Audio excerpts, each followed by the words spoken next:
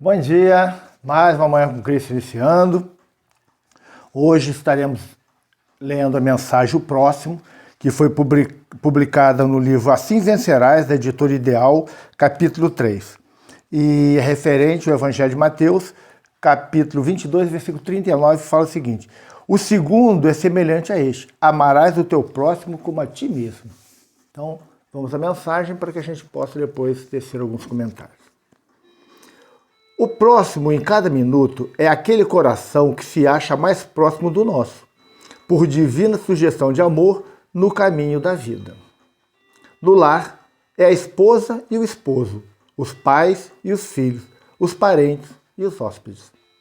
No templo do trabalho comum é o chefe e o subordinado, o cooperador e o companheiro. Na via pública é o irmão ou o amigo anônimo, que partilham conosco a mesma estrada e o mesmo clima.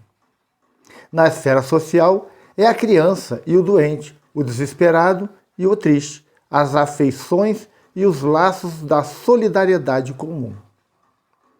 Na luta contundente do esforço humano, é o adversário e o colaborador, o inimigo declarado ou oculto, ou, ainda, o associado de ideias que simbolizam nossos instrutores. Em toda parte encontrarás o próximo, buscando-te a capacidade de entender e de ajudar. Auxilia-o com aquilo que possuas de melhor. Os santos e os heróis ainda não residem na terra. Somos espíritos humanos, misto de luz e sombra, amor e egoísmo, inteligência e ignorância. Cada homem, na fase evolutiva em que nos encontramos, traz uma coroa incompleta de rei e uma espada de tirano. Se chamas o fidalgo, encontrarás um servidor. Se procuras o guerreiro, terás um inimigo feroz pela frente. Por isso mesmo, reafirmou Jesus o velho ensinamento da lei: ama o teu próximo como a ti mesmo. É que o espírito, quando ama verdadeiramente, encontra 1000 meios de auxiliar, cada instante, e o próximo, na essência, é o degrau que surge diante do nosso coração por abençoado caminho de acesso à glória celestial. Muito bonita, né, a mensagem? Eu acho que ela deixa aqui uma visão bem ampla do que seja realmente o nosso próximo. Às vezes a gente fica tão perdido, né, na vida, que a gente não consegue entender realmente quem é o nosso próximo. E Jesus, no Evangelho, ele cita quem é o próximo. Quando ele faz a parábola do bom samaritano, ele nos dá um exemplo bem claro do que seja o próximo. E é importante que nós, no nosso dia a dia, tenhamos essa atenção para todos que nos cercam. O Emmanuel fala aqui, né, que dentro do lar, quem é o nosso próximo? É o esposo, a esposa, os filhos, pai, irmãos, todos aqueles que estão dentro do núcleo familiar. No trabalho, quem seria o nosso próximo? É o chefe, que muitas vezes nós ficamos espraguejando. É o nosso subordinado, que a gente muitas vezes humilha, porque por acreditarmos que estamos numa posição melhor, que somos superiores a ele. É o companheiro, é aquele indivíduo que faz uma tarefa comum, por mais simples que seja. Em todos os lugares vamos encontrar o nosso próximo. E na rua, é todo aquele companheiro que estiver trilhando a mesma estrada do que a gente. Então, o próximo, na verdade, é a humanidade. É a humanidade. E para nós, é o momento em que nos deparamos com alguém. Seja ele amigo, inimigo, esse é o nosso próximo.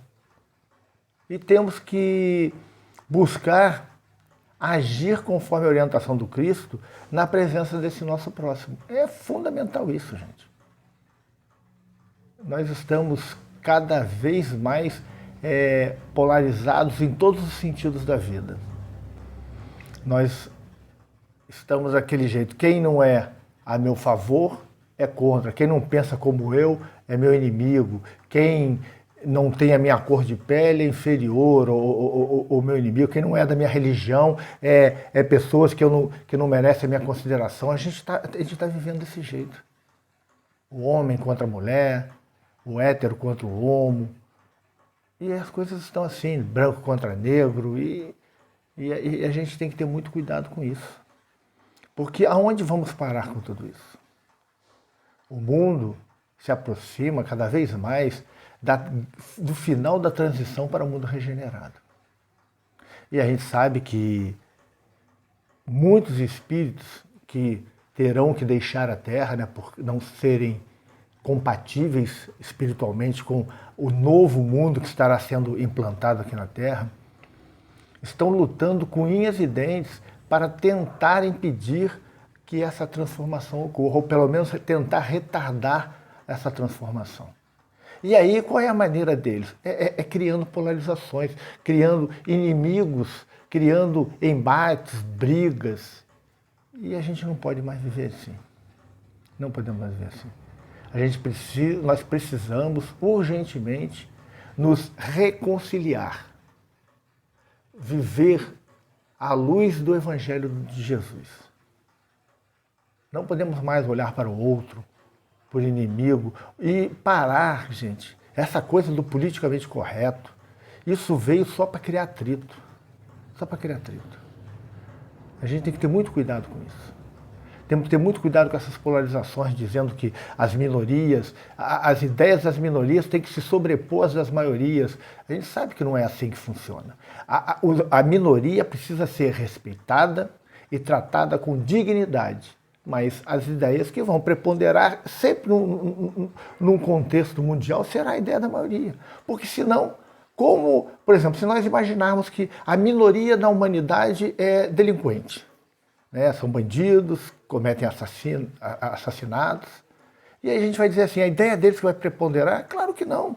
A ideia da maioria, que é a ideia ordeira, que é a ideia que quer paz, entendeu? É assim que tem que ser. Não é porque o indivíduo ele seja qualquer coisa que represente a minoria que eu tenho que desrespeitá-lo, eu tenho que respeitá-lo como ser humano. A gente tem que parar de que eu tenho que nem as pessoas falam, vida negra importa. Vida humana importa, gente. Quando eu coloco o branco, vida branca importa, vida negra importa, vida de índio importa, eu estou começando a segmentar. E isso só cria divisões. Eu tenho que dizer assim, a vida humana importa. Tenho que respeitar os homossexuais. Não, eu tenho que respeitar o ser humano. Se ele for homossexual, ele é ser humano. Se ele for branco, ele é ser humano. Se ele for negro, ele é ser humano. Se ele for índio, ele é ser humano. Eu tenho que respeitar o ser humano, amar o próximo. O próximo são todos. Eu tenho que parar de permitir que essa minoria que está aí, tentando de todas as formas destruir o nosso mundo, destruir a família. Gente, não existe nada mais importante, não tem um núcleo mais importante do que a família.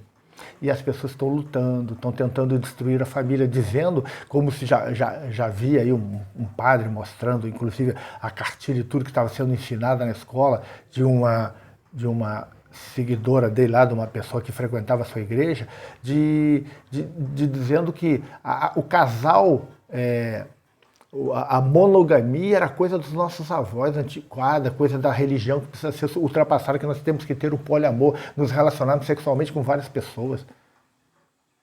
Olha o absurdo que está se fazendo. E a gente não pode permitir que isso realmente avance e ganhe espaço. Temos que lutar para manter a família judaico-cristã. Ela é o núcleo, ela é o sustentáculo da sociedade. Se nós permitirmos que isso se destrua, a sociedade vai ser destruída. E é o que muita gente quer. A gente tem que ter cuidado com isso. Nós estamos na luz, gente. Precisamos viver na luz. E não com essas ideias que são representações claras das trevas. A gente tem que ter cuidado com isso. Então, vamos à nossa prece para que nós possamos encerrar o nosso Manhã com Cristo de hoje. Pai nosso que estais nos céus, santificado seja o vosso nome. Venha a nós o vosso reino. Seja feita a vossa vontade, assim na terra como nos céus. O pão nosso de cada dia nos dai hoje. Perdoai as nossas ofensas, assim como nós perdoamos a quem nos tem ofendido. Não nos deixeis cair em tentação, mas livrai-nos do mal. Amém. Querido amigo, querida amiga, se você chegou até aqui, dê seu like, faça seu comentário sobre o tema. Se não quiser comentar, dê seu bom dia, sua boa tarde, sua boa noite. Vamos interagir, porque quanto mais likes, mais comentários, quanto mais compartilhamentos nós fizermos, mais o YouTube entende que esse conteúdo vale a pena e oferece ele a mais pessoas, e a gente vai propagando aí as mensagens referentes ao Evangelho de Jesus. Vamos fazendo esse culto Evangelho do Lar que nós fazemos toda manhã, às 7 horas, que é o Manhã com Cristo. Que assim, o que acontece? Nós fazemos uma leitura, fazemos uma reflexão e uma prece. E aí nós criamos uma psicosfera em torno de nós que vai nos favorecer no decorrer do dia, para que tenhamos mais tranquilidade, tenhamos mais paz, mais harmonia para seguirmos o nosso dia e encararmos as dificuldades que são naturais, que acontecem no dia a dia. Então, esse é o nosso objetivo, que possamos então chegar ao nosso objetivo, né, que é levar a mensagem de Jesus cada vez a mais pessoas. Ficamos por aqui, até amanhã, se Deus quiser.